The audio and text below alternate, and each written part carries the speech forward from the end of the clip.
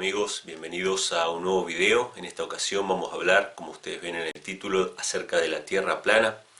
Ustedes saben que en los últimos años la teoría de la Tierra plana o el movimiento de la Tierra plana ha crecido desmedidamente, no solamente en las redes sociales, ha llegado a los medios masivos de comunicación, a la prensa, se venden comercialmente muchos libros al respecto, por lo cual realmente ha crecido mucho. Es un movimiento que a mí por lo menos me sorprende bastante que haya crecido tanto, siendo que forma parte de las teorías de conspiración, ¿no? Un ámbito no tan masivo y quizá no de tanto alcance o tanta influencia. Sin embargo, hoy el tema de la Tierra plana es muy conocido y llega a muchísimas personas, lo cual a mí realmente me parece bien. En este sentido digo que me parece bien. A mí me parece bien que hayan debates científicos respecto al tema de la Tierra plana.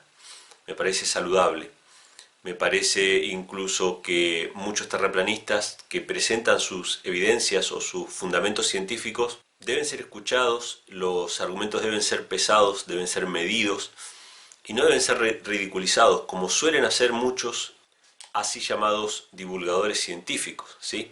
Hay muchos divulgadores científicos que se ríen del terraplanismo, se ríen de la Tierra plana, y en vez de ponerse a debatir argumentos y poner las evidencias sobre la mesa, lo que uno esperaría obviamente de cualquier científico, terminan haciendo lo que cualquier dogmático haría, ¿no? Que es burlarse, desacreditar y hacer ataques ad hominem, etcétera, etcétera. Con lo cual, en ese sentido yo veo una gran falencia y un gran dogmatismo de parte de lo que nosotros llamamos divulgadores científicos o la comunidad científica. Es decir, en vez de que la comunidad científica se siente y diga, bueno muchachos, la Tierra no es plana y acá están las evidencias, la vamos a explicar con manzanas, lo vamos a explicar con lo que haga falta, en vez de eso hay como una especie de ridiculización. Y eso realmente está mal y habla muy mal de la comunidad científica. Por lo cual a mí me parece saludable que hayan debates sobre estas cuestiones, sobre estos temas, y las dudas son legítimas, ¿no? O sea, si los cuestionamientos son legítimos. Después, bueno, hay mucha gente que con tal de oponerse al sistema de alguna manera, cualquier bandera que vaya en contra de lo que diga la ciencia la toma y no hay un razonamiento sincero detrás de eso. O sea, hay de todo, ¿no? Tanto en el terraplanismo como en lo que se conoce como la ciencia oficial o las teorías oficiales científicas acerca de la forma de la Tierra, hay de todo, ¿no? Y uno tiene que saber discernir cuándo las motivaciones son sinceras y cuándo no, cuando en realidad es un deseo simplemente de contienda, ¿no? Pero este tema de la Tierra plana, más allá del debate científico, que me parece que se tiene que dar y que es saludable que se dé, para bien o para mal, ¿sí? De aquellos que defiendan una u otra postura, es saludable que se dé, y sobre todo la experimentación. Yo soy una persona que a mí está bien, me gustan las teorías, me gustan los libros, pero yo soy más de experimentar, ¿no? Me gusta cuando alguien hace demostraciones concretas, experimentos, ¿no? Entonces en ese sentido también hay para ambos lados, ¿no? Hay para el lado del terraplanismo y hay para el lado de la versión oficial de la Tierra esférica. Y después en ambos lados también hay muchos teóricos, ¿sí? Pero yo soy una persona un poco más pragmática, o sea, más sencilla. Vos me querés demostrar algo, bueno, yo lo tengo que poder observar.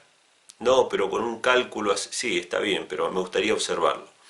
Esto, por supuesto, en el ámbito científico, en el cual obviamente yo por lo general no me muevo, salvo en algunas cuestiones que me parecen importantes, como el tema del creacionismo, ¿no? O el tema del evolucionismo en todo caso. Sin embargo, me he mantenido bastante al margen de esta cuestión, a pesar de que he recibido muchos comentarios de muchos suscriptores del canal que me han dicho ¿para cuándo un video sobre la Tierra plana?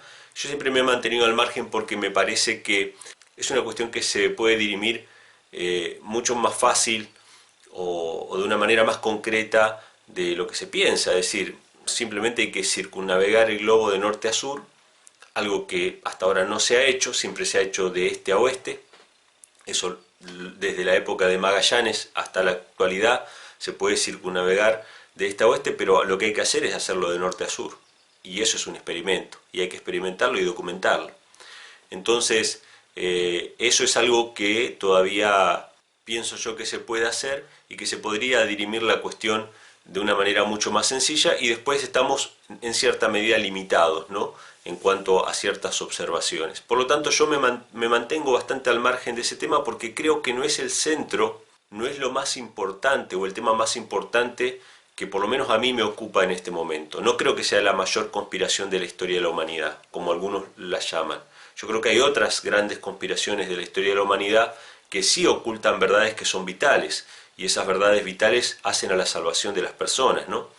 Pero más allá de eso, me mantuve bastante al margen. Pero recientemente recibí algunos comentarios que no me molestan en absoluto, no me afectan, no me ofenden. La gente por ahí puede pensar que yo me ofendo con algún comentario, simplemente no me molestan, no me ofenden, pero sí me hacen pensar y me motivan a poder dar una respuesta concreta. Es decir, tomarme el tiempo de hacer un video y dar una respuesta concreta con respecto a lo que creo. Entonces, recibí algunos comentarios sobre un globo terráqueo que yo tenía en la repisa, en la biblioteca, diciendo, bueno, que en realidad la Tierra era plana, que si yo quería buscar la verdad tenía que basarme en el tema de la Tierra plana y no podía tener esa representación ahí, lo cual me pareció un comentario gracioso, porque en realidad el globo terráqueo lo tengo no porque yo sea un activista de la forma esférica de la Tierra, o que yo esté diciendo, no, los terraplanistas son... No, nada por el estilo. Simplemente es un artefacto decorativo como lo puede ser un mapamundi que es plano, y no una persona que tenga un mapamundi en un cuadro, no por eso esa persona va a ser terraplanista. Lo mismo pasa con el modelo esférico. Son todas proyecciones de la Tierra, ¿no?, ya sea esféricas, hay cónicas y hay planas. Y esas son proyecciones que siempre han existido, más allá de la concepción que hayan tenido los seres humanos acerca de cómo era la Tierra, siempre las proyectaron de alguna u otra manera. Y son proyecciones cartográficas simplemente. Pero a mi forma de ver ni siquiera son eso, es un artefacto decorativo, nada más que eso. Y lo tomé como simplemente un comentario. Pero después alguien más dijo, agregando a este comentario, dijo, bueno, que eso era como algo de Babilonia, como que era algo satánico, ¿no? Y eso ya me preocupó un poco. Yo dije, esperemos un poco. Le estamos asignando un significado o un tinte pecaminoso, una connotación negativa a un globo terráqueo porque consideramos que la única opción posible es la Tierra plana, y no solamente la única opción posible científicamente hablando, sino la única opción bíblica, y que cualquier otra representación de la Tierra básicamente es un atentado contra la Biblia y contra la verdad. ¿Estamos llegando a ese punto? Entonces yo me preguntaba, ¿será que esta gente realmente está segura de que la Biblia apoya la Tierra plana? Entonces dije, bueno, vamos a estudiar con la Biblia. Y me fui al campo en el cual yo me siento más cómodo, ¿no? No en el campo científico, porque evidentemente no es mi campo, que creo que hay mucho material científico con demostraciones y experimentación, tanto para un lado como para el otro, con respecto a la Tierra plana. Hay muchas observaciones muy interesantes que defienden una y otra postura en internet, y no tengo ningún interés en entrar en ese debate. Pero cuando yo vi que se estaba aplicando como única visión bíblica la Tierra plana, y una visión pecaminosa prácticamente, la Tierra esférica, bueno, eso me preocupó. Entonces dije, bueno, vamos a ver si realmente la Biblia habla acerca de la Tierra plana. Yo estuve analizando varios de los pasajes que son utilizados para sostener que la Biblia es un libro terraplanista, y ver si realmente habla de eso. El método de interpretación bíblico es el mismo método que yo siempre he aplicado en cada uno de los videos. Texto sobre texto, renglón sobre renglón. Un poquito aquí, un poquito allá. ¿Qué significa eso? Significa que cuando yo leo un texto en la Biblia, no digo, bueno, esto significa tal cosa, lo que a mí se me ocurre, sino que tengo que buscar en otra parte donde esté la misma expresión para ver qué es lo que realmente significa ese texto. O sea, la Biblia se explica a sí misma. Yo no la interpreto, yo no le asigno valores, sino que dejo que otra parte de la Biblia dé el significado correcto. Obviamente estamos hablando cuando hay una expresión que no es obvia, ¿no? Hay expresiones que son obvias, ¿no? Cuando, qué sé yo, dice que Jesús entró a Jerusalén sentado en un asno, no hay nada que interpretar. O sea, Jesús entró a Jerusalén sentado en un asno. O sea, no hay algo que interpretar ahí, es una expresión obvia. Pero sí hay expresiones en la Biblia que pueden ser interpretadas como una postura o una descripción de la tierra, como que Dios está describiendo la forma de la tierra o está dando por sentada la forma de la tierra. Principalmente yo creo que la Biblia no presenta una descripción de la forma de la tierra. Creo que ni siquiera Dios considera en su palabra que sea un conocimiento esencial, porque ya sea que la tierra sea esférica o plana, en ninguna parte de la Biblia Dios se encarga de decir cuál es su forma. En ninguna parte de la Biblia Dios se encarga de establecer cuál es su forma para separarla de las otras concepciones paganas que las había. Los egipcios tenían su concepción, los babilonios tenían su concepción. O sea, en diferentes culturas había una concepción de la forma de la tierra, sobre todo entre los griegos, ¿no? O sea, creo que la concepción más fuerte es el modelo esférico y el sistema geocéntrico, o sea, donde los planetas giran alrededor de la Tierra.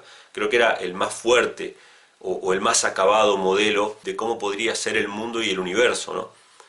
Habían concepciones en las culturas antiguas y Dios, si hubiese considerado esto como algo vital, hubiese dicho, bueno, muchachos, palabra de Dios, ¿no? Así como Él dio su ley y dijo que era bueno y que era malo, y se encargó de hasta los más mínimos detalles de lo que debíamos y no debíamos hacer, Él hubiese dicho, bueno, muchachos, no se guíen por las concepciones falsas del mundo, acá está la verdadera concepción de la Tierra. Pero no, evidentemente eso no sucede, ni para la Tierra plana ni para la Tierra esférica, pero sí hay versículos que pueden ser utilizados para sostener la Tierra plana, y son varios, y a mí me gustaría que los podamos leer, pero que los leamos sin prejuicios, y que dejemos que la Biblia se interprete a sí misma, para ver si realmente la Biblia sostiene la Tierra plana de tapa a tapa como algunos me han dicho. Y no se preocupen, bueno, pueden tomar notas si quieren, pero yo les voy a dejar un PDF con todos los versículos que voy a citar a continuación. Así que el primer punto que yo quisiera hablar es acerca de los 4 ángulos de la Tierra. La Biblia presenta que la Tierra tiene 4 ángulos. Y esto es muy interesante porque lo primero que hace es chocar con el modelo terraplanista actual. El modelo terraplanista actual es un plato circular, ¿sí? Con una cúpula, con una bóveda. Y obviamente esto no tiene 4 ángulos. Sin embargo, hubo un modelo terraplanista, que les voy a dejar una imagen acá en la pantalla, donde una persona se tomó el tiempo de hacer un modelo bíblico, según todos los versículos que él había analizado acerca de los 4 ángulos de la Tierra, hizo un modelo terraplanista que es más acorde que el moderno, que el actual, ¿sí? En vez de ser un plato, de ser un círculo, es un cuadrado, tiene 4 ángulos, y en el medio aparece una semiesfera, ¿no?, de la Tierra, y explica ahí de que la Tierra está quieta, está estacionaria, que no se mueve hacia ningún lado, etcétera, etcétera, ¿no? Contradiciendo obviamente el modelo clásico, el modelo tradicional que nos enseñaron en la escuela. Pero vamos a leer el primer pasaje. Apocalipsis 7, versículo 1 nos dice: después de esto vi a 4 ángeles en pie sobre los 4 ángulos de la tierra. O sea, acá ya nos dice que la tierra tiene 4 ángulos, y nosotros podríamos interpretarlo así y decir, bueno, ¿qué son los 4 ángulos? Y ahí explicar, interpretar nosotros, ¿no? ¿Qué son los 4 ángulos? Bueno, son las 4 esquinas de una tierra que es plana y que obviamente no es circular, sino que es cuadrada, ¿no? Dice que detenía los 4 vientos de la tierra para que no soplase viento alguno sobre la tierra, ni sobre el mar, ni sobre ningún árbol. Entonces acá tenemos un versículo. Si yo tomo este pasaje, aislado obviamente del resto de la Biblia, le asigno una interpretación basada en mis preconceptos, la tierra tiene 4 ángulos, por lo tanto la tierra tiene que ser un plano, ¿sí? La tierra tiene que ser un cuadrado plano, y después en el medio, bueno, puede haber diferentes cosas como en el modelo que vimos en pantalla, pero evidentemente la tierra es un plano porque tiene 4 ángulos. Pero si nosotros avanzamos un poco en la lectura, por ejemplo en Apocalipsis 27 y 8, y dejamos que la Biblia explique los otros pasajes, vamos a leer lo siguiente. Dice: cuando los 1000 años se cumplan, Satanás será suelto de su prisión y saldrá a engañar a las naciones que están en los 4 ángulos de la tierra, a Gog y a Magog, a fin de reunirlos para la batalla, el número de los cuales es como la arena del mar. Ahora la cosa cambia un poco. ¿Por qué? Porque estos 4 ángulos de la tierra no necesariamente se refiere a esquinas de un plano, no necesariamente se refiere a los bordes de la tierra o a las esquinas de un plano terráqueo, sino que más bien se refiere como a los puntos cardinales, porque ahora habla de las naciones que están en los 4 ángulos. ¿Sí? Si tomáramos literal esta frase, diríamos, bueno, en la tierra plana, que hay 4 ángulos, las naciones están en esos 4 ángulos solamente. Pero no, evidentemente no lo tomamos así literal, sino que lo que se refiere es que hay naciones en todo el mundo, y por lo tanto como están en todo el mundo y están en los 4 puntos cardinales de la Tierra, entonces van a venir de los 4 ángulos de la Tierra. O es como decir, es que vienen de todos lados, ¿sí? Vienen del norte, el sur, el este, el oeste. Estos parecieran ser los 4 ángulos de la Tierra. Si vamos a Isaías, por ejemplo, capítulo 11, versículo 12, también se usa esta expresión y dice así: y levantará pendón a las naciones y juntará a los desterrados de Israel y reunirá a los esparcidos de Judá de los 4 confines de la tierra. Y acá ya, en vez de usar la expresión 4 ángulos, usa los 4 confines. O sea, los confines es como decir, bueno, si yo tomara el modelo de la tierra plana, decir, bueno, la tierra está hasta acá, hay un límite y después ya no hay más nada. Y los esparcidos de Israel y de Judá están en esos confines, están como en el borde de la tierra. Pero en realidad nunca lo interpretamos así, lo interpretamos de que los esparcidos de Judá y de Israel están esparcidos muy lejos, ¿sí? en naciones muy lejanas, muy distantes, que para los judíos era lo mismo que decir los confines de la tierra. Lo tomamos de esa manera. Entonces cuando vemos el tema de los 4 ángulos, no necesariamente que la tierra tenga 4 ángulos, sino que ángulos literales, sino que se está refiriendo a los puntos cardinales, a los extremos, a los confines, ¿sí? Otra expresión justamente es los extremos o los términos, que aparece también en la Biblia. Vamos a leer un pasaje, le vamos a dar la interpretación humana y después vamos a dejar que la Biblia interprete la misma Biblia. Vamos a leer Salmos capítulo 74, versículo 17. Dice: tú fijaste todos los términos de la tierra, el verano y el invierno tú los formaste. Nuevamente tenemos una expresión que nos da a pensar que la tierra tiene un límite, ¿no? Tiene un límite, como un borde en el cual después hay un vacío, ¿no? Y no hay más nada. Porque se menciona los términos de la tierra, que Dios los creó a esos términos de la tierra. Podríamos interpretarlo de esa manera, pero nuevamente tenemos que agarrar este pasaje y aislarlo del resto de la Biblia. Porque la Biblia utiliza un lenguaje, y ese lenguaje, cuando uno lee el contexto, se explica a sí mismo. O sea, uno puede darse cuenta cuando está hablando de una manera alegórica o figurada, o cuando está hablando literalmente de los términos de la tierra. Pero nuevamente vamos a ver qué es lo que dice el resto de la Biblia y vamos a compararlo con otros pasajes que hablan acerca de lo mismo, que usan la misma expresión, los términos de la tierra. Salmos 98, versículo 3 dice lo siguiente: se ha acordado de su misericordia y de su verdad para con la casa de Israel. Todos los términos de la tierra han visto la salvación de nuestro Dios. Fíjense qué interesante. Ahora dice que esos términos de la tierra que Dios había creado no parecieran ser los bordes de la tierra plana, sino que parecieran ser personas, y parecieran ser personas que están lejos, ¿sí? Porque dice que todos los términos de la tierra han visto la salvación de nuestro Dios. Es como decir que la misericordia de Dios se hizo notoria en la vida de miles o millares de personas, aun aquellas que están muy lejos en los términos de la tierra. Esta misma idea la podemos ver en Isaías 45, 22, donde dice: miradme a mí y sed salvos todos los términos de la tierra, porque yo soy Dios y no hay nada más. Nuevamente, Dios le habla a los términos de la tierra diciéndole que miren a Él y que sean salvos. Nuevamente se está refiriendo a personas, se está refiriendo a personas que están lejos, a los extranjeros, a las naciones. No solamente para Israel la salvación, sino para todas las naciones, ¿sí? Para todos los términos de la tierra. Nuevamente lo vemos en Salmos 67, 7.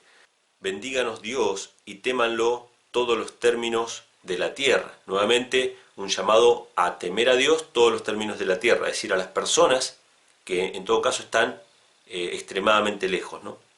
Ahora, más allá de que vemos por la palabra de Dios de que cuando se habla acerca de los términos de la tierra o del fin de la tierra, no se refiere específicamente a que el mundo se termina, a que la tierra plana se termina y empieza el vacío, sino que se refiere a las personas que están muy lejos. Este tipo de expresiones no son extrañas en la época moderna, inclusive. O sea, tanto en la época antigua como en la época moderna tenemos ejemplos de lugares que han sido llamados el término de la tierra o el fin de la tierra. Ustedes pueden googlear, si quieren, en internet, un lugar llamado Finisterre, que está en España, conocido como el Cabo de Finisterre, que es el lugar más occidental del continente europeo, está al norte de España, ¿sí? Y este lugar se llama así, se llama Finisterre. Y el origen del nombre se remonta a los siglos, ¿no? A la antigüedad. Es decir, que los antiguos llamaron a ese lugar el fin de la tierra, el fin de la tierra, y no necesariamente porque ellos veían que había un vacío o porque se terminaba la tierra literalmente, sino porque simplemente comenzaba el mar, ¿sí? Otro ejemplo que podemos tener de esto ya de una época más moderna es el famoso libro de Julio Verne, El faro del fin del mundo. Si ustedes buscan un poco acerca de en qué se basó Julio Verne para ponerle ese nombre a su libro, se refiere a un faro que hay en Tierra del Fuego, en Ushuaia, en Argentina, en la Patagonia, que como está en un extremo, ¿sí? Bastante austral, es el extremo más austral del mundo, se lo llamó el faro del fin del mundo. Obviamente que literalmente no se termina la Tierra ahí, o sea, no se termina, digamos, el mundo. Después hay más todavía, hay parte del océano, parte de la Antártida. Pero evidentemente, cuando se llama el faro del fin del mundo, la persona que utiliza ese término fin del mundo o el fin de la Tierra, no está literalmente observando el límite del planeta, el límite de la Tierra plana en este caso, ¿no? No es una observación, sin embargo, aún así le ponen el nombre del fin del mundo o del fin de la Tierra. Lo mismo pasa en la Biblia, ¿sí? Cuando habla acerca de las personas que están en los confines de la Tierra o en los confines o en los términos de la Tierra, simplemente se refiere a las personas que están en un lugar que es muy lejano, ¿sí? Que es considerado en algunos casos como el fin. Y en el caso de Finisterre en España es el fin del continente europeo, digamos, no se puede ir a pie más al oeste por Europa que hasta Finisterre, o sea, ahí se termina, pero después comienza el mar, ¿sí? Y esto lo podemos ver también en la Biblia. Por ejemplo, si ustedes van a Génesis, capítulo 1, versículo 10, ustedes van a ver ahí que la palabra tierra no solamente se utiliza para describir a todo el planeta, ¿sí? Sino que también se utiliza para describir el continente o la parte seca. Dice, llamó Dios a lo seco tierra y a la reunión de las aguas llamó mares, y vio Dios que era bueno. Fíjense, la Biblia también puede utilizar la palabra tierra no para referirse a todo el planeta, aunque sí también lo hace, lo vamos a ver a continuación, sino que también se puede referir a una parte, es decir, a la parte seca de la tierra, a la parte seca del planeta, por así decirlo. Entonces, cuando termina un continente, es el fin de la tierra, ¿sí? Y comienza, ¿qué cosa? Comienzan los mares. Esta idea la podemos ver en otro versículo bíblico que está en Salmos 65, versículo 5, que dice, con tremendas cosas nos responderás tú en justicia, oh Dios de nuestra salvación, esperanza de todos los términos de la tierra y de los más remotos confines del mar. Fíjense que ahora separa las cuestiones, ¿no? Dice, los términos de la tierra, ¿sí? Que puede referirse al fin del continente, y a los confines del mar, ¿sí? Cuando acaba la tierra comienza el mar. Entonces no podemos utilizar la palabra tierra o fin de la tierra o confín o término de la tierra para referirnos al borde definitivo de una tierra plana, porque evidentemente la Biblia no lo hace. Otra cuestión que es utilizada para sostener que la Biblia es un libro terraplanista, algo que a mi juicio tiene una intencionalidad, es decir, yo creo que hay intereses de que la gente crea que la Biblia enseña la tierra plana. Creo que hay personas a las que les interesa que se difunda esta idea o se popularice esta idea que viene desde hace bastante tiempo, ¿no? Como la iglesia o el cristianismo o la Biblia se opone a la ciencia o algo por el estilo. Creo que hay muchas personas a las que les interesa que se crea que la Biblia enseña la tierra plana. Y uno de los ejemplos que se utiliza para decir que la Biblia enseña la tierra plana es el tema de la perspectiva, ¿sí? De cómo, según la Biblia, se pueden ver objetos desde los fines de la tierra, desde los confines, se puede ver un objeto que esté lo suficientemente elevado. En este caso, en Daniel capítulo 4, versículo 11, es un sueño que tiene Nabucodonosor acerca de sí mismo, pero que en realidad está representado por un árbol y su reino, ¿no? Que ese árbol crece, y vamos a leerlo. Versículo 11 dice, crecía este árbol y se hacía fuerte y su copa llegaba hasta el cielo. Después tenemos que ver hasta qué cielo, ¿no? Porque esta es otra cuestión que la vamos a ver a continuación. Dice que su copa llegaba hasta el cielo y se alcanzaba a ver de todos los confines de la tierra. Interesante. Si yo tomo este pasaje y digo, bueno, si un árbol se puede ver desde todos los confines de la tierra, significa que la tierra es plana y se acabó. Cuando leemos el contexto, versículo 12, dice que su follaje era hermoso y su fruto abundante y había en él alimento para todos. O sea, el mismo sueño que dice que el árbol iba hasta el cielo y se veía desde los confines de la tierra, dice que este árbol le daba alimento a todos. O sea, todos los seres vivientes vivían gracias a este árbol, ¿sí? Y dice, y debajo de él se ponía a la sombra las bestias del campo y en sus ramas hacían morada las aves del cielo y se mantenía de él toda carne. O sea que todo el mundo comía de un solo árbol. Imagínense lo grande que tenía que haber sido este árbol, ¿no? Y si tomamos literal esto y decir, bueno, este ejemplo del árbol, del sueño de Nabucodonosor, es una representación de una realidad materialista de que la tierra es plana, porque desde los confines se puede ver, tenemos que tomar literal de que un solo árbol puede alimentar a toda carne, y que todas las bestias del campo pueden vivir de un solo árbol. Y eso no es real, o sea, no refleja una realidad materialista. No digo que Dios no lo pueda hacer, Dios puede hacer lo que Él quiera. Lo que digo es que no está reflejando una realidad materialista o una realidad acerca de la forma de la tierra. Primero tenemos que ver a qué se refiere los confines de la tierra, que vamos a ver un poco más también acerca de eso más adelante. Pero bueno, en principio lo que podemos decir de este sueño es eso, que es un sueño, ¿sí? Y si tomamos literalmente el sueño y decimos que todo lo que se presenta en ese sueño tiene que ser tomado como una representación de una realidad material, ¿sí?, de la forma de la tierra, bueno, ahí tenemos un problema grave. El otro ejemplo que se da es Mateo capítulo 4, versículo 8, donde Jesús es llevado a un monte muy alto. Y es el mismo principio. Si desde un monte muy alto se puede ver toda la tierra o todos los reinos de la tierra, significa que la tierra es plana, ¿sí?, y que está reflejando una realidad materialista del mundo. Lo leemos, Mateo capítulo 4, versículo 8 dice: otra vez le llevó el diablo a un monte muy alto y le mostró todos los reinos del mundo y la gloria de ellos. O sea, si lo tomamos literal, el diablo lo llevó a un monte muy alto literalmente, y ese monte muy alto tiene que estar obviamente hoy en Israel, lo cual obviamente no está. El monte más alto de la tierra es el monte Everest y no está en Israel, no está en Jerusalén, a menos que el diablo lo haya llevado al monte Everest. Ya vamos a ir ahí. Pero si vamos a Lucas, por ejemplo, capítulo 4, versículo 5, dice: le llevó el diablo a un alto monte y le mostró en un momento todos los reinos de la tierra. Fíjense la expresión, ¿no? En un momento le mostró todos los reinos de la tierra. Y obviamente se los ofrecía si él se postraba y le adoraba, ¿no? Yo creo que evidentemente esta fue una visión.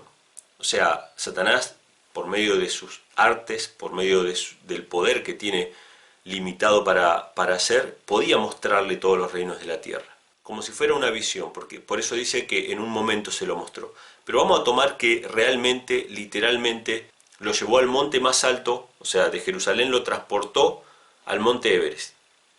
Obviamente tiene que haber hecho un milagro para transportarlo al monte Everest.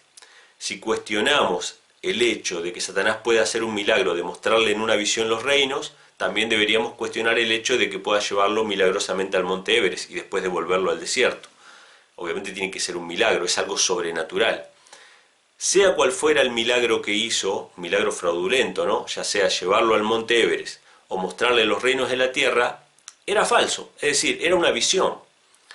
Era algo sobrenatural, y cuando es algo sobrenatural no puede de ninguna manera representar una realidad material del mundo que nos rodea. Es como si yo tomara el tema de que Jesús caminó sobre las aguas y decir, bueno, científicamente todos podemos caminar sobre las aguas. No, Dios puede hacer un milagro de caminar sobre las aguas, pero no es que eso está representando una realidad material. De la misma manera pasa con esto, ¿sí? Pero vamos a poner que lo haya llevado al monte Everest, que es el monte más alto, se extiende unos 8.848 metros sobre el nivel del mar. Y justo ahora que estuvo la pandemia, los medios dijeron que, bueno, bajó un poco el smog y la contaminación, ¿no?, que tapaba el monte Everest, y ahora se puede ver hasta un par de cientos de kilómetros de distancia. Es decir que las personas que están a 200, vamos a poner 300, ¿qué vamos a poner? 1000 kilómetros, pongamos 1000 kilómetros de distancia, pueden ver el monte Everest, lo cual no se puede. Esto significa que alguien que esté en el monte Everest puede ver a lo sumo a unos 1000 kilómetros de distancia, lo cual no es real. Solamente estamos hablando de unos cientos de kilómetros de distancia. Entonces, evidentemente sigue siendo un milagro y sigue siendo una visión. Si Satanás hubiera llevado al monte Everest a Jesús, Jesús no hubiese alcanzado a ver de manera materialista y natural, sin un milagro, todos los reinos de la tierra. ¿Se entiende? O sea, yo ahora estoy a 15.000 kilómetros del monte Everest de distancia, al oeste, y a 20.000 kilómetros al este del monte Everest. O sea, para cualquier lugar donde yo mire, no alcanzo a ver el monte Everest. ¿Por qué? Porque desde el monte más alto de la Tierra, a menos que haya sido otro monte que era más alto, que después desapareció, cada uno buscará la teoría que quiera para defender sus ideas, a menos que se lo haya llevado a otro lugar y diga, bueno, el monte Everest no cuenta, evidentemente no está reflejando una realidad material, simplemente fue una visión. O sea, Satanás se lo mostró en una visión, ¿sí?, a los reinos de la Tierra. Por lo tanto, esta no es una prueba de que la Tierra es plana, porque hoy día yo tendría que poder ver el monte Everest a esa distancia, ¿sí?, a la distancia que fuera, porque yo estoy en los confines de la Tierra también, y tendría que poder ver ese monte. Así que evidentemente estamos hablando de uno que es una visión y el otro es un sueño, y son presentados estos pasajes para sostener que la Tierra es plana. A mí me parece que hay una manipulación de los textos, a mí me parece que hay una intencionalidad, ¿sí? Y en este video vuelvo a aclarar, mi idea no es decir, bueno, la Tierra es esférica y todo aquel que no crea. No, a mí realmente no me interesa mucho de qué forma sea la Tierra, pero sí me interesa que no hagamos un dogma, una doctrina, torciendo pasajes y poniéndolo como si fuera que aquel que no acepta la Tierra plana está en contra de la Biblia, cuando la Biblia no presenta la Tierra plana. Entonces, vamos a seguir con otros versículos, hay algunos que son los campeones. Yo leí algunos versículos y yo dije, bueno, ya está, acá la Biblia dice que la Tierra es plana y se acabó. Yo mismo, ¿no? Sin embargo, después comparando, haciendo el sencillo ejercicio de comparar texto con texto, evidentemente no. Pero vamos a avanzar. Vamos a hablar acerca del firmamento, ¿sí? La Biblia habla acerca de un firmamento, y ese firmamento se lo expresa de diferentes maneras. Firmamento, expansión o cielos, ¿sí? O cielo en singular o cielos en plural. Y esto hay muchos ejemplos y hay muchos versículos. Yo voy a leer solamente algunos, pero quiero que quede claro de que en realidad cuando leemos firmamento, expansión o cielos, estamos hablando de la misma cosa. Y vamos a ver que no es tan fácil de definir esta cuestión. Según el modelo de la Tierra plana es un círculo plano con una cúpula abovedada encima que es el cielo o el firmamento. La Biblia no es tan específica con respecto a eso. La Biblia presenta la cuestión un poco más compleja. Yo la voy a tratar de simplificar según mi limitada comprensión. Obviamente, mi comprensión del mundo que me rodea es limitada y mucho más cuando la quiero ver a través de la Biblia, porque a través de la Biblia tengo que ver las expresiones y todo ese tipo de cosas, ¿no? Vamos a leer el primer pasaje que se encuentra en Génesis 1:8 y dice así: y llamó Dios a la expansión cielos, y fue la tarde y la mañana el día segundo. O sea, Dios hizo la expansión, pero dice inmediatamente que la llamó cielos. O sea que cuando hablamos de la expansión hablamos de los cielos, ¿sí? Y en el versículo 17 dice que, y las puso Dios, hablando de las lumbreras, en la expansión de los cielos para alumbrar sobre la tierra. O sea que no solamente que a la expansión la llamó cielos, sino que después usa una conjunción de dos palabras, la expansión de los cielos. Para que nos quede claro de que la expansión, esa bóveda que es dibujada en la tierra plana, lo que sería en la tierra esférica la atmósfera que rodea, esa expansión en la Biblia se llama cielos y es indistinto, ¿sí?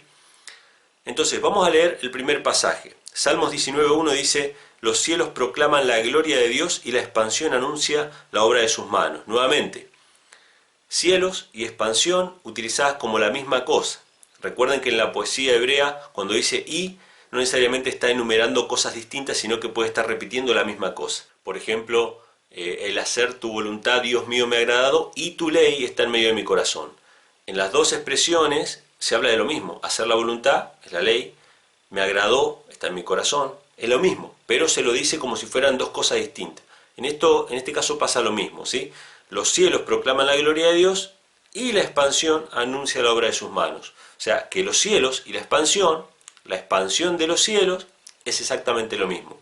Pero vamos a ver que en realidad es algo que no es tan fácil de definir qué son los cielos, porque parecieran haber niveles en los cielos. En Génesis capítulo 1, versículo 20 dice que Dios dijo: produzcan las aguas seres vivientes y aves que vuelen sobre la tierra en la abierta expansión de los cielos. O sea que lo que nosotros llamamos cielos, en parte, es el lugar donde vuelan las aves, y en todo caso hoy día donde también andan los aviones.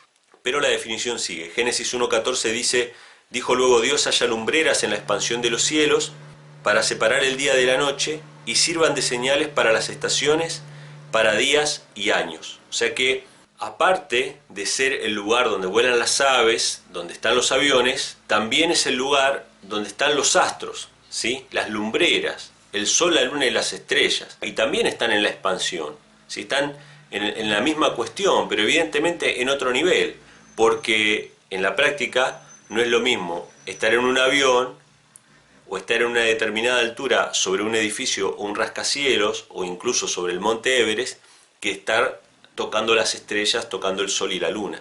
Evidentemente eso es un nivel superior, ¿sí? Y estoy hablando siempre en términos muy didácticos e infantiles, porque hay discusiones sobre a qué distancia está el sol, la luna y las estrellas, sobre las cuales no me pienso meter porque soy un indocto, es decir, yo no puedo entrar en eso. Lo que sí veo que es evidente es que están más arriba de donde están las aves o los aviones, o los rascacielos, ¿sí? Nosotros hemos volado en avión y no nos hemos topado con estrellas, o con el sol, o con la luna. Así que yo estoy siendo bastante didáctico para que entendamos de que este cielo, donde está el sol, la luna y las estrellas, evidentemente es un nivel más arriba de donde están los aviones o las aves. Pero hay otro nivel más, que es el lugar donde Dios se encuentra, donde está la morada de Dios. Y esto lo podemos leer en Salmo 150, versículo 1, que dice: alabad a Dios en su santuario, alabadle en la magnificencia de su firmamento. Lo que nos dice este pasaje es que el templo de Dios, el santuario de Dios, está en el firmamento, está en el cielo. Pero evidentemente no lo alcanzamos a ver con telescopios, no lo alcanzamos a ver de ninguna manera, no hemos visto ese santuario, por lo tanto tiene que estar aún más lejos todavía, en un nivel superior de esta expansión o de estos cielos. Y en el Salmos 11, versículo 4 dice: Jehová está en su santo templo, Jehová tiene en el cielo su trono. Nuevamente, fíjense la expresión: sus ojos ven, sus párpados examinan a los hijos de los hombres. O sea, Dios tiene su trono, su santuario, su templo en el cielo. Por eso decimos: Padre nuestro que estás en los cielos, ¿sí? Entonces evidentemente hay un nivel donde están las aves y los aviones, hay otro nivel donde están los astros y hay otro nivel donde está el templo de Dios. O sea que podríamos decir, como dijo el apóstol Pablo, esto está en 2 Corintios 12, versículo 2, que hay por lo menos 3 niveles de cielos, ¿sí? Y Pablo fue llevado, dice, en visión al tercer cielo. Así que vemos que no es tan fácil cuando decimos el cielo, o cuando hablamos de la expansión o del firmamento, decir, bueno, es una bóveda y ya. Evidentemente hay niveles, ¿sí? Y esos niveles no son tan fáciles de medir o de determinar cuándo empieza uno y termina el otro. Obviamente, nosotros humanamente podemos decir, bueno, el primer cielo es la atmósfera que rodea la Tierra en el modelo esférico, el segundo cielo es el espacio exterior, donde están los astros, y el tercer cielo es donde habita Dios, que es inaccesible para el ser humano, a menos que vaya en visión, como fue Pablo, ¿sí? Esa es mi comprensión, obviamente limitada, de los pasajes bíblicos, pero sí me deja claro de que no es algo que podamos definir tan básicamente como una cúpula donde todo está ahí adentro de esa cúpula. Que según el modelo terraplanista nosotros podríamos irnos hasta la Antártida hoy en día y tocar esa cúpula que tiene que llegar hasta la Tierra, ¿sí? Incluso los aviones podrían llegar y toparse con esa cúpula. A mí me parece que están un poco más inaccesibles los límites que separan un cielo de otro, ¿sí? Me parece que están un poco más inaccesibles porque justamente el ser humano tiene límites. Pero bueno, ahora quiero presentar el texto más duro. El texto que yo cuando lo leí dije, bueno, este texto está diciendo que la Tierra es plana y que hay una bóveda y hay una cúpula que encierra a la Tierra plana, y no hay más. Si yo tomo ese texto y solamente ese texto, no hay dudas de que la Tierra es plana. Vamos a leerlo. Está en Salmos capítulo 19, versículo 4 al 6. Dice así: por toda la tierra salió su voz. La voz de Dios salió por toda la tierra y hasta el extremo del mundo. Ya está, ahí nos está diciendo que el mundo tiene un extremo, ¿sí? El mundo tiene un borde donde se termina el mundo, está el vacío. Dice que se fue hasta el extremo del mundo la voz de Dios. Sus palabras, en ellos puso tabernáculo para el sol, y este como esposo que sale de su tálamo se alegra cual gigante para correr el camino. Y escuchen lo que viene ahora, porque recién estuvimos hablando acerca de los extremos de la tierra, pero esta yo no me la esperaba. Dice, de un extremo de los cielos es su salida y su curso hasta el término de ellos. ¡Wow! Yo dije, bueno, esta es la cúpula. Hay un extremo del cielo y hay otro extremo del cielo, ¿sí? Que evidentemente se deben juntar con el extremo de la tierra y con el otro extremo de la tierra. Y esto ya no hay como rebatirlo. Eso es lo que yo pensé. Y nada hay que se esconda de su calor. Sin embargo, cuando me puse a buscar estas mismas expresiones en la Biblia, en otros contextos, en otros pasajes, me llevé una gran sorpresa. La Biblia se explica a sí misma, y estas son expresiones que tienen un sentido, que tienen una explicación concreta, y la vamos a ver a continuación. Los términos que menciona son los extremos de la tierra y los extremos del cielo, ¿sí? Así que vamos a ver estas mismas expresiones en otros pasajes. Los extremos de la tierra, podemos leerlo por ejemplo en Deuteronomio 28, versículo 64, que dice que Jehová iba a esparcir al pueblo de Israel, y dice, Jehová te esparcirá por todos los pueblos desde un extremo de la tierra hasta el otro extremo. Allí servirás a dioses ajenos que no conociste ni tú ni tus padres, al leño, a las piedras.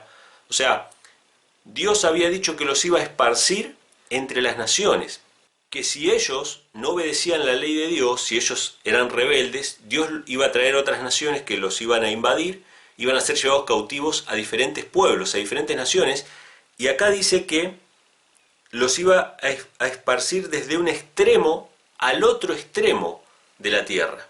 Y lo interesante es que cuando nosotros analizamos la historia, los judíos fueron llevados a diferentes pueblos, fueron llevados a Babilonia, fueron llevados a Europa, ¿sí? Hay un grupo de judíos que vivió en España, en Sefarad, y ahí podríamos decir que es un extremo de la tierra. Fueron llevados a diferentes lugares, incluso fueron llevados a Persia, y recuerden Persia, es muy importante. Incluso hay un libro en la Biblia que menciona la historia de los judíos expatriados en Persia, que es el libro de Esther, ¿sí? Pero los judíos no fueron llevados, por ejemplo, a Tierra del Fuego, ¿sí? A la Patagonia Argentina, que Julio Verne lo llama el fin de la Tierra. Ese podría haber sido un extremo, pero no fueron llevados ahí, no fueron llevados a Australia, por ejemplo, los judíos, en su dispersión. No fueron llevados a los extremos literales, sino que fueron llevados a lugares que están en cualquier modelo, en cualquier modelo, ya sea modelo terraplanista o lo que fuera, en cualquier modelo, fueron llevados a lugares que están muy concentrados en la Tierra, que siempre fueron considerados como el centro del mundo, ya sea Babilonia, ya sea Persia, ¿sí? Asiria, a lugares que están cercanos a lo que sería el Oriente Medio, ¿sí? O el Oriente Próximo. Por lo cual, esta expresión de que los judíos deben ser llevados de un extremo al otro extremo, evidentemente no es literal, y no es literal para fundamentar la idea de una tierra plana, sino que más bien se refiere a lugares distantes, a lugares lejanos, que para los judíos obviamente eran lugares distantes y lugares lejanos, pero no tan extremos como la Antártida, por ejemplo. Los judíos no fueron llevados a la Antártida, que podría haber sido un extremo de la Tierra. No, de ninguna manera. Ni siquiera al desierto de Siberia, en el norte, tampoco. Sino que fueron llevados a lugares específicos. Y recuerden Persia, esto es muy importante, porque así como Dios castigó a Israel, castigó a los judíos, por medio de Babilonia, que fue uno de los imperios que los dispersó entre las naciones, después Dios iba a castigar a Babilonia por sus pecados también. Iba a castigarlos usando a otro reino, que en este caso eran los persas. Y ahora presten atención cómo Jeremías llama a los persas a destruir Babilonia. Primero lo llama por su ubicación geográfica específica, pero después directamente utiliza el término que estuvimos leyendo hace un rato. Jeremías 50, versículo 26, dice, porque subió contra ellos una nación del norte, que en este caso era Persia, la cual pondrá su tierra en asolamiento, y no habrá ni hombre ni animal que en ella more, huyeron y se fueron. Pero fíjense ahora en el mismo capítulo 50, en el versículo 26, cómo Jeremías llama a esta nación. Dice, venid contra ella desde el extremo de la tierra, abrid sus almacenes, convertidla en montón de ruinas y destruidla, que no le quede nada. ¡Wow! Los judíos fueron llevados al extremo de la tierra, fueron llevados a Persia. Y los persas iban a venir y destruir Babilonia. ¿Y cómo se los llama? Vengan de los extremos de la tierra a destruir Babilonia. Interesante. El extremo de la tierra es aplicado a una de las naciones que probablemente está más en el medio del mundo que cualquier otra nación. Si esta expresión extremo de la tierra se le hubiese aplicado a España, ¿sí?, tendría algo de sentido, ¿sí?, como Finisterre. Se le hubiese aplicado a Groenlandia, a Islandia, se le hubiese aplicado a la Patagonia Argentina, a Australia, tendría un poco más de sentido. Pero evidentemente lo que no tiene sentido para nosotros cuando vemos todo el planiferio, ¿sí?, o el mapamundi, o el globo terráqueo, cada uno que mire lo que quiera, lo que no tenía sentido para nosotros tenía sentido para los judíos y los israelitas que veían en Persia los confines de la tierra. Interesante. ¿Cómo yo puedo tomar un pasaje, una expresión, aplicarle el sentido que a mí me parece, sacarlo del contexto en el que está y darle una connotación que en realidad no la tiene? No está hablando de la tierra plana, no está hablando del borde donde se termina el mundo, sino que está hablando de una nación que está en el centro del mundo. ¡Wow! Pero todavía nos queda algo, nos quedan los extremos del cielo, porque está bien, los extremos de la tierra pueden referirse a simplemente naciones distantes y ya. Pero ¿qué hay con los extremos del cielo? Bueno, vamos a leer. Vamos a ir a Mateo capítulo 24, versículo 31, que nos habla acerca de la segunda venida de Cristo. Fíjense qué interesante que ahora las cosas se van a mezclar un poco, ¿sí?, entre los extremos de la tierra y los extremos del cielo. Y pareciera simplemente que el Salmo 19, que leímos hace un rato, era simplemente una repetición. En otras palabras, una reiteración poética, como la que mencionábamos anteriormente, de la misma cosa. Vamos a leer Mateo capítulo 24, versículo 31. Habla acerca de la segunda venida. Dice que Cristo enviará a sus ángeles con gran voz de trompeta y juntará a sus escogidos de los cuatro vientos. Primero cuatro vientos, que es algo parecido a lo de Apocalipsis que leímos al principio, desde un extremo del cielo hasta el otro. Y evidentemente esto está hablando acerca de que va a abarcar toda la tierra, ¿sí? Y acá podríamos decir, bueno, ¿ves? El cielo tiene un extremo y tiene otro extremo y se acabó. Pero vamos a comparar este pasaje con Marcos capítulo 13, versículo 27, que es el mismo texto, la misma expresión, pero en el otro evangelio. Dice, entonces enviará a sus ángeles y juntará a sus escogidos de los cuatro vientos desde el extremo de la tierra hasta el extremo del cielo. ¡Wow! Ahora se nos mezclaron las cuestiones. Resulta que va a juntarlos desde un extremo de la tierra hasta el extremo del cielo. Evidentemente está hablando de lo mismo, está hablando de una totalidad, está hablando de los cuatro puntos cardinales, de los lugares más lejanos, de los confines. De hecho, un dato interesante es que los puntos cardinales que son dibujados en los mapas se los conoce como la rosa de los vientos, ¿sí? Interesante porque tiene relación con los vientos que aparece en la Biblia o con los extremos del cielo. Pero vamos a verlo más concretamente, porque yo podría decirle, bueno, esto se refiere a los puntos cardinales y ya, pero no, vamos a leerlo en la Biblia. Lucas capítulo 17, versículo 24, también hablando de la segunda venida, dice así, porque como el relámpago que al fulgurar resplandece desde un extremo del cielo hasta el otro, nuevamente, ¿sí? El relámpago dice que resplandece desde un extremo del cielo hasta el otro extremo, así también será el Hijo del Hombre en su día. O sea, acá claramente concuerda con el Salmo 19 que el cielo tiene extremos, si lo tomo literal. Pero vamos a comparar este texto con Mateo 24, 27, el mismo pasaje nuevamente, la misma expresión, pero en otro evangelio. Dice así, porque como el relámpago que sale del oriente y se muestra hasta el occidente, así será también la venida del Hijo del Hombre. ¡Wow! O sea, en un momento decía desde un extremo del cielo hasta el otro, y ahora dice desde el oriente hasta el occidente. Se refiere simplemente a los puntos cardinales. Cuando leamos nuevamente el Salmo 19 y lo leamos entendiendo que se refiere a los lugares más lejanos de la tierra y a los cuatro puntos cardinales, a los cuatro ángulos de la tierra, a los extremos del cielo, vamos a ver que esta no es una descripción de la tierra plana, simplemente está hablando de los puntos cardinales. Otro tema que es regularmente presentado para sostener el tema de la Tierra plana, o por lo menos para presentarlo como un punto más a favor de la Tierra plana, es esta idea de que la Tierra tiene fundamentos, tiene base, tiene unas columnas o algo que la sostiene, ¿sí? Que es lo que podemos leer en algunos pasajes. Por ejemplo, en Job, capítulo 38, versículos 4 al 7, donde dice: ¿Dónde estabas tú cuando yo fundaba la tierra? Házmelo saber, si tienes inteligencia. ¿Quién ordenó sus medidas, si lo sabes? ¿O quién extendió sobre ellas cordel? ¿Sobre qué están fundadas sus bases? ¿O quién puso su piedra angular? Cuando alababan todas las estrellas del alba y se regocijaban todos los hijos de Dios.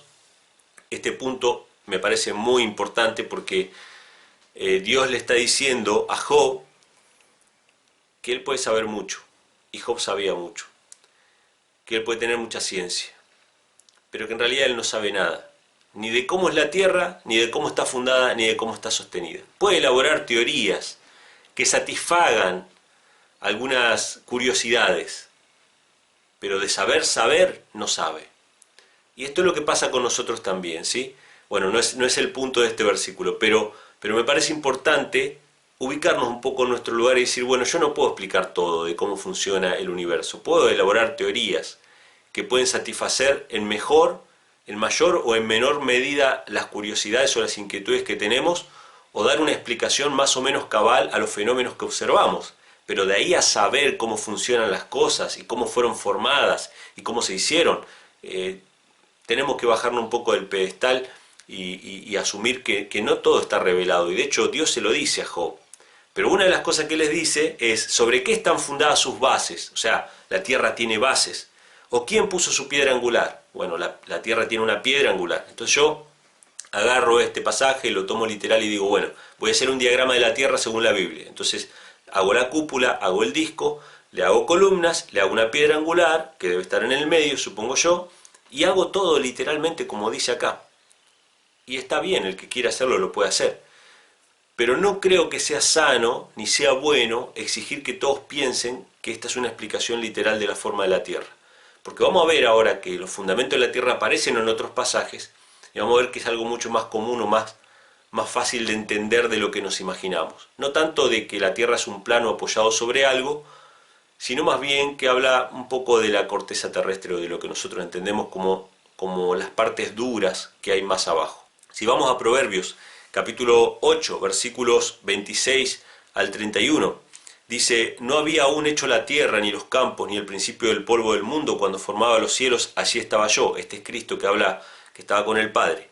Cuando trazaba el círculo sobre la faz del abismo, cuando afirmaba los cielos arriba, cuando afirmaba las fuentes del abismo, cuando ponía al mar su sustento para que las aguas no traspasasen su mandamiento, cuando establecía los fundamentos de la tierra. Con él estaba yo ordenándolo todo, y era su delicia de día en día, teniendo solaz delante de él en todo tiempo. Me regocijo en la parte habitable de su tierra, y mis delicias son con los hijos de los hombres. Bueno, en este pasaje hay muchas cosas de las cuales no me puedo explayar, ¿no? Pero evidentemente las aguas tienen un mandamiento para que no traspasen, ¿sí?, su límite. Recuerden que en Génesis 1 Dios dijo que a lo seco llamó tierra y a las aguas llamó mares, o sea que Él separó las aguas de lo seco, o sea, le puso un límite para que no traspasase.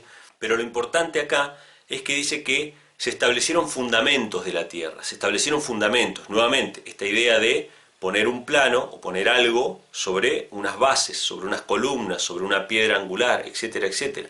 Todas estas expresiones. ¿Será que esto es así o tiene una explicación más sencilla? Si vamos, por ejemplo, a Salmos, capítulo 18, versículos 13 al 15, se nos presenta una paráfrasis, podría ser, del cruce del Mar Rojo, ¿sí? Se toma esta idea del cruce del Mar Rojo y la liberación del pueblo de Israel como un ejemplo de nuestra salvación, ¿no? De cómo Dios nos salva. Y fíjense la descripción que se hace acerca de cuando se abren las aguas. Dice: tronó en los cielos Jehová, y el Altísimo dio su voz, granizo y carbones de fuego, envió sus saetas y los dispersó, lanzó relámpagos y los destruyó. Entonces aparecieron los abismos de las aguas. O sea, mientras están las aguas no se ven los abismos, que es lo que está ahí abajo, ¿no? Y quedaron al descubierto los cimientos del mundo. Y después dice, ¿no? A tu reprensión, oh Jehová, por el soplo del aliento de tu nariz. Entonces, ¿qué son esos abismos o esos fundamentos de la tierra? Es la corteza terrestre que está en el fondo del mar, que no se ve, ¿no? Pero que cuando se corrieron las aguas se vieron los fundamentos de la tierra. Esos son los fundamentos de la tierra que Dios estableció. Y si yo tomara literalmente, ¿no?, esta cuestión de decir, bueno, la tierra tiene fundamento, está apoyada sobre algo, ¿qué haríamos, por ejemplo, con Job 26:7? Que dice, Él extiende el norte sobre el vacío y cuelga la tierra sobre la nada. Si yo tomara un pasaje literalmente y digo, bueno, este pasaje habla de que la tierra está apoyada sobre un fundamento, y hago un diagrama, ¿no?, el dibujo con los fundamentos, y luego tomo este otro pasaje que dice que la tierra cuelga sobre la nada, nuevamente tengo una contradicción y pongo la Biblia contra la Biblia, solamente por tomar literalmente estos pasajes, ¿sí?, que no son una demostración materialista o de la forma real de la tierra. De ninguna manera está queriendo Dios transmitir esa idea. Pero bueno, más allá de todos estos pasajes, que a mí me parece que son los pasajes más concretos, o sea, si yo tuviera que defender la tierra plana, digamos, si yo tuviera que argumentar con la Biblia de que la tierra es plana, citaría todos estos pasajes. Me parecen los más concretos, los más fuertes, digamos. Sin embargo, cuando los vemos a la luz de otros pasajes, no son tan fuertes, ¿sí? Si dejamos que la Biblia se interprete a sí misma, vemos que en realidad cuando habla de los extremos, no está hablando ni siquiera de un extremo literal del continente. Está hablando de uno de los pueblos más centrales, que están más en el medio de los continentes. Históricamente, sí, siempre fueron considerados, les voy a poner un mapa en la pantalla para que lo vean, siempre fue el Oriente Medio, ¿sí?, el centro del mundo, entre África, Europa y Asia, ¿sí? Siempre fue considerado así. Sin embargo, esos pueblos de Medio Oriente son considerados extremos de la Tierra. Y de ninguna manera la Antártida es considerada un extremo de la Tierra. De ninguna manera Sudamérica es considerada un extremo de la Tierra, como deberían serlo. En cualquier modelo, ya sea en el modelo esférico o en el modelo plano, deberían ser considerados así, sin embargo no lo son. Pero más allá de todo esto, no es que yo digo, bueno, la Biblia presenta la Tierra esférica, como muchos pueden llegar a ser, ¿no? Hay pasajes, como uno de los más conocidos, que es Isaías capítulo 40, versículo 22, que presenta esta idea de la esfera o del globo, por lo menos en las versiones antiguas. Yo sé que en las versiones modernas se ha cambiado la palabra globo por la palabra círculo, pero si ustedes van a la Biblia del Oso, ¿sí?, que es una de las primeras traducciones de la Biblia completa al español, la Biblia de Casiodoro de Reina de 1569, que fíjense ustedes la fecha interesante, porque esta Biblia fue hecha por un sacerdote católico, obviamente, que abandonó el catolicismo, por eso se convirtió en protestante, y por eso lo querían matar por traducir la Biblia al español, y su vida, digamos, o su obra, está muy cercana a lo que se conoció como el descubrimiento de América, más allá de que yo creo que vinieron muchos antes que Colón a América, y de esta cosa de que justamente un explorador se dio cuenta de que la Tierra era esférica y por eso hizo tales y cuales descubrimientos, que en realidad no los hizo porque él quería llegar a las Indias y no llegó a las Indias, pero digamos que por esas mismas fechas, que fue en 1492 el descubrimiento de América, y esta Biblia salió en 1569, ahí nomás, o sea, pleno siglo XVI, en el cristianismo se tenía la idea concreta de que la Tierra era un globo, o sea, no existe esta cuestión de que los que creían en la Biblia creían en la Tierra plana y los científicos que eran exploradores, gente de mundo que sabía, creían en la Tierra globo. Yo creo que esa idea la quieren imponernos la idea de que la Biblia es un libro terraplanista, pero no es así. Sin embargo, Isaías 40:22, en la Casiodoro de Reina de 1569, dice que él está sentado sobre el globo de la Tierra, cuyos moradores son como langostas. Él extiende los cielos como una cortina, tiéndelos como una tienda para morar. Y uno podría decir, bueno, acá se usa la expresión globo. Sí, también en otras versiones como la Biblia de Jerusalén, que son modernas, o la Reina Valera 2000, usan la expresión orbe o globo para referirse a este versículo. Y uno podría decir, bueno, vamos a suponer que no está hablando de toda la Tierra, que habla de un continente. ¿Se podría referir a algún continente circular? ¿O alguna ciudad que sea circular? ¿O algún pueblo que sea circular? ¿O que sea en forma de globo o de esfera? Evidentemente no. A mí me parece un texto interesante, por lo menos, de que existe la posibilidad de que la Biblia lo mencione de alguna manera al pasar. Pero evidentemente no es interés de Dios establecer como un solo pensamiento cuál es la forma de la Tierra. Yo pienso que Dios ha puesto límites al ser humano. Según dice Hechos, capítulo 17, versículo 26, que Dios hizo de una sangre a todos los linajes de los hombres para que habiten sobre la faz de la tierra, y les ha prefijado el orden de los tiempos y los límites de su habitación. ¿Por qué cito este pasaje? Porque el ser humano está limitado, incluso está limitado en hacer sus observaciones. Ustedes saben que para observar estas cuestiones tenemos que alejarnos lo suficiente, ¿sí?, de la Tierra para poder ver su forma real, ya sea plana o ya sea esférica, ¿no? Tenemos que alejarnos lo suficiente. Y tenemos nuestras limitaciones. Imagínense que tenemos limitaciones para hacer el viaje. Tanto terraplanistas como terraglobistas no pueden hacer el viaje, la circunnavegación de norte a sur, no la pueden hacer. Los terraplanistas y los terraglobistas no pueden atravesar la Antártida. Imagínense ustedes, o sea, estamos limitados con eso, mucho más limitados vamos a estar para observar el sistema solar y todo ese tipo de cosas que muchas veces aparecen en nuestros libros de texto, ¿no? Entonces, no es que esta postura mía haga que yo crea ciegamente todos los viajes espaciales y todas las fotos que se publican acerca de la Tierra. Yo creo que la gran duda que estriba sobre la NASA y estas agencias espaciales que son gubernamentales no es tanto de que haya una conspiración para ocultar la verdadera forma de la Tierra, como sostienen los terraplanistas, sino que creo que si existiera una conspiración o que si existiera una falsificación de fotos y todo este tipo de cosas, son más bien para ocultar el hecho de que quizá nunca han salido, que quizá nunca han violado los límites de su habitación, como dice la Biblia.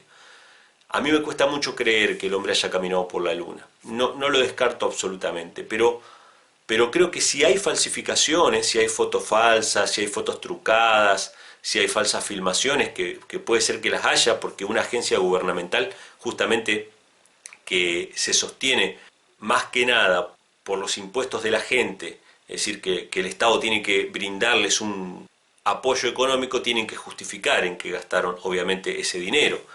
Si fuera una empresa privada, como es en el caso de SpaceX, de Elon Musk, bueno, el tipo no tiene que justificar nada, con su plata hace lo que quiere, pero la NASA sí tiene que justificar en qué gasta los miles de millones que se invierten cada año en Estados Unidos en la exploración espacial, y obviamente creo que hay un justificativo para decir, bueno, hay que falsificar ciertas cosas, pero no necesariamente ese justificativo tiene que ver con ocultar la verdadera forma de la Tierra, que es la conspiración, según dicen algunos, más grande de toda la Tierra. Yo creo que hay otras conspiraciones más grandes que toda la Tierra que tienen que ver con el conocimiento del Evangelio, ¿no?, con el conocimiento del verdadero Dios y de su Hijo, de que nosotros esperamos un cielo nuevo y una tierra nueva, donde mora la justicia. Por ahí yo no puedo describirlo a ciencia cierta cómo es la tierra, cómo es el cielo, ni siquiera puedo hablar acerca del cielo, porque según la Biblia en el cielo hay cosas que todavía no he visto, como por ejemplo el templo de Dios, yo no lo he visto. Y tenemos muchas limitaciones físicas y prácticas hoy en día, ¿sí?, que nos atan, que nos limitan a este mundo que realmente está en cuarentena. Yo sinceramente creo que el mundo está en cuarentena por el pecado, ¿no? Dios lo puso en cuarentena. No creo que nadie pueda entrar y salir así nomás. Entonces, esa es mi creencia personal. Y no me parece mal que haya gente que crea en todos los viajes espaciales, que le parezca un gran avance de la ciencia. Me parece que está bien.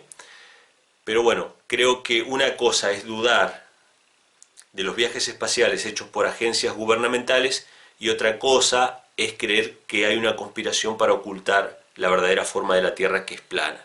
O sea, yo sinceramente no me considero ni terraplanista ni tampoco un ardiente defensor de la Tierra esférica. Me parece quizá un modelo más hermoso y menos materialista, justamente. Me parece que depende de un creador, tanto sus órbitas, su funcionamiento, el modelo en sí mismo. Me parece que es más difícil de explicar materialistamente y es más fácil de asumir de que hay un plan original, de que hay un diseño, de que hay un mecanismo, ¿sí?, que está detrás de todo eso, ¿no?, y que es Dios el que sostiene todas esas cosas. Así que bueno, este es mi pequeño repaso, pequeño extenso repaso que se me hizo ahora de si la Tierra plana está en la Biblia o no. Evidentemente la Tierra plana o su descripción de Tierra plana no está en la Biblia, y más allá de cómo sea la forma de la Tierra, evidentemente a Dios no le ha interesado demasiado que sepamos cuál es esa forma y que la andemos predicando como el Evangelio. Evidentemente ese no es nuestro Evangelio, ese no es nuestro mensaje, no es parte del mensaje de los tres ángeles. Me ha llevado tiempo poder explicar esto, pero no lo quería hacer de una manera liviana, sino quería poder tocar los textos más importantes al respecto. Pero bueno, déjenme ustedes en los comentarios qué piensan ustedes. ¿La Tierra es plana? ¿La Tierra es esférica? Hay otros versículos que yo me salteé y que no dije en este video que hablan de la Tierra plana. Pónganlos acá abajo, así los puedo examinar y los puedo leer. Un gran abrazo para todos, espero que les haya gustado el video. Si les gustó, suscríbanse al canal, denle like, compartan este video con sus amigos y nos encontramos en la próxima.